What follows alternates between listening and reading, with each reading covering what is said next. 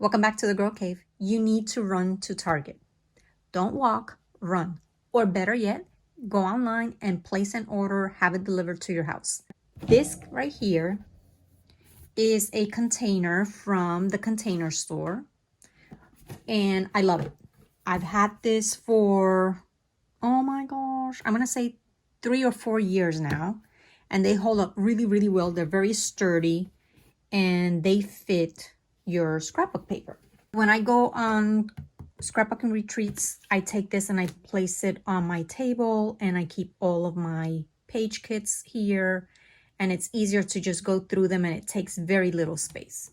Target has come out with similar containers, very similar. Let me show you. This might be a little weird angle because for me to show you the IKEA unit and the containers, I hope my head is not in the way. Okay, so these are from Target. They have 4 different sizes. They have this one that is 3 9/16 inches wide, like this way. And it holds, let me show you right here. Look. Your paper fits in perfectly there. And this has a little bit extra room there from the plastic, right? So I have this one. They have this one, which is the large, and it's 6 3/4 inches wide. The Container Store bin that I purchased was the medium, and it is 5 inches wide. Well, not exactly 5 inches, 5.43 inches wide. And Target has one that is that same width. But here was my thought process. Oh, and let me show you. Like, this is the difference. The difference is it does not have this ridge edge, nor these little, but it still has the handle, and it's just as good quality. The reason why I didn't choose the 5-inch was because this opening right here is 13 inches. So I wasn't going to be able to place 3 of these. So I thought, well, then let me just get the one that is 6. And that way, I think I can place 2. Let me get another one. This is a hard video to shoot because I'm trying not to have my head in the way. Okay, so 2 kind of fit. I mean, they do fit. They fit. There's not enough breathing room in between them, but you can pull them out. So that was my thought process on getting this size rather than the medium. Then they have this huge one, and I believe this was worth $12. So it's not expensive. They're not at all expensive. So this one, I cannot fit it like that, which was my thought process. I thought, oh, I'm just gonna put it in there and pull it out so that I can go through all of my page kits. Unfortunately, it does not fit because, again, this opening is only 13 inches wide. I could put it in like this and then fit this one in there. Here is another option. These containers from IKEA, they're very inexpensive as well. I think I paid $6 for this one, and this is the large one. I love this one because it's white, and I'd rather have a little bit of white showing rather than just like the frosted look of these bins. But you know, I have to remember that the purpose is to organize my paper, because I had these beautiful little photo boxes. And let me move the camera. Oh, hold on.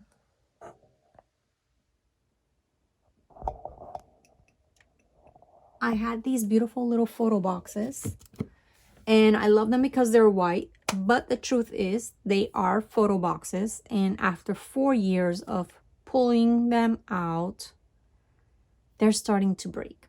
I need something that's a little heavy duty. This, I like the look, but it's a little bit shorter. I can't really tell. Can you see that? Like it's maybe an inch and a half shorter. Would that make a difference? I have a stack of papers. I mean, it holds them up. It works. I thought maybe it was too short and my papers were gonna flip over, but it works.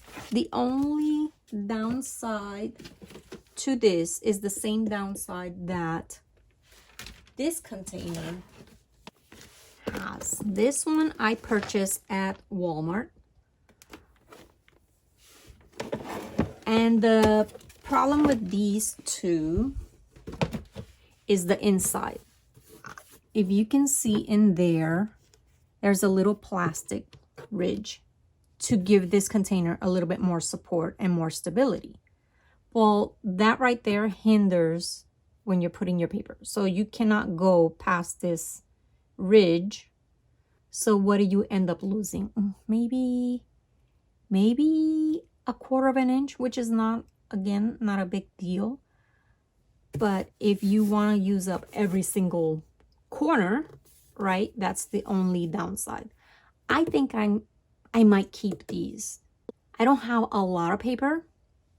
My ultimate goal is to get these two bins a little bit more organized. As in this box right here, I have some page kits and I have page kits here. These are page kits by different manufacturers, and then these are page kits that I've created and I've put together.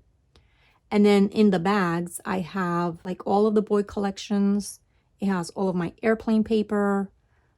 It has my pet collection. And then the bottom two ones, one is Halloween and one is just fall. I would rather have them in one of these rather than the plastic bag, because it'll look better, more organized in one of these rather than that. So I could, that to me looks a lot better to me. I can't go, hold on, let me unmount this camera. That to me looks a lot better than two clear plastic bins. It just looks a little bit more elevated, if that makes any sense to you. And I want my room to be beautiful, absolutely beautiful and functional at the same time, and that would meet the goal. Target for the win. Measure your space, order a whole bunch of them. Whatever you don't use, you can return. Just make sure that you return them within 30 days and keep your receipt. One last thing, if you're going to have the larger containers like these two, especially like this one, I'm going to encourage you to keep it on the bottom shelves of your unit, because they are going to be so heavy, and that way you can just pull it out like this. You don't have to take the whole thing, lift it up, because you know that could be hard on your wrist, or it could just fall and make a mess. So if you keep it on the bottom one, it's going to be a lot easier for you to handle. So just something to keep in mind. So use the bottom two cubes, or if you have more than 2 cubes, keep the bottom ones for these bigger containers, and it's going to make it a lot easier for you to go through your collections. Safety first. Now, let me show you one more thing. I've not edited the video. I've not even looked at what I recorded there, but I'm going to apologize just in case the angle was not the best. It is a difficult area to record from unless I hold the phone on my hand, and I didn't want it to be super shaky because I don't know, I think I've had too much caffeine and it's not the best. Plus it was a dark corner in my room. I'm blocking the light. Another thing that I want to share with you is this. Many of us are familiar with the die cut notebooks where we keep these by color, or I have 2 of these. I have one that's just by color, and I have one that is by collections. So these are by Mente, day by day, and I place them here. And I use those little photo corner adhesives, and they come out really easy. And look, this one, even though it's bare, it does not stick to the other paper. It's very low tack.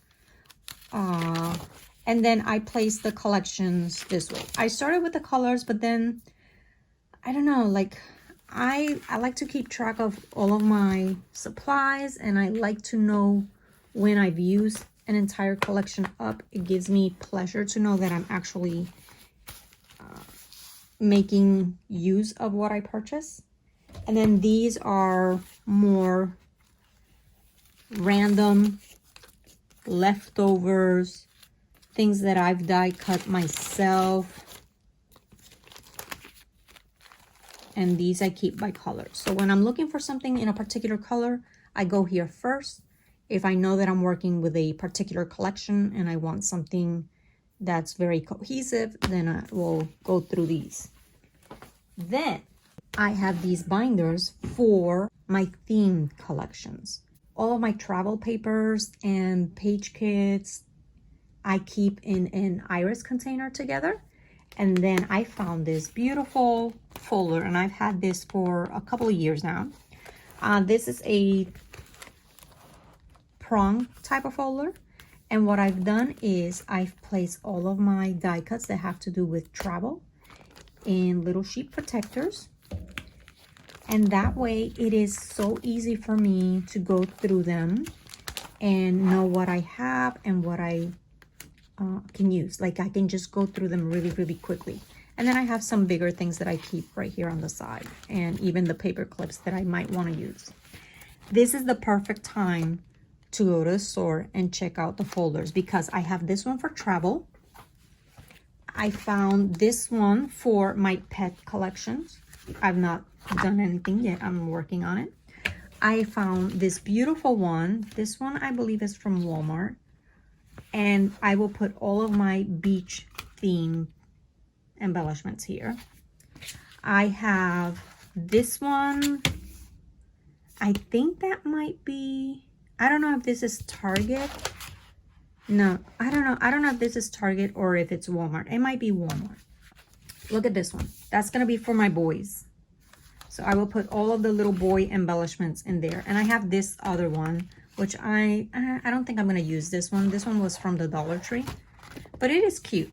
And then I found this one at Target. Look how beautiful that is. I may not have a need for this one, so I might end up returning it. But something that I've learned from my mom is if you like it, grab it. And then if it doesn't work out, or you find it cheaper at another store, or you find another one that you like better at another store, then you go back and you return it. But if you like it, grab it, because you never know, when you go back, it might not be there. That's words of wisdom from my mom.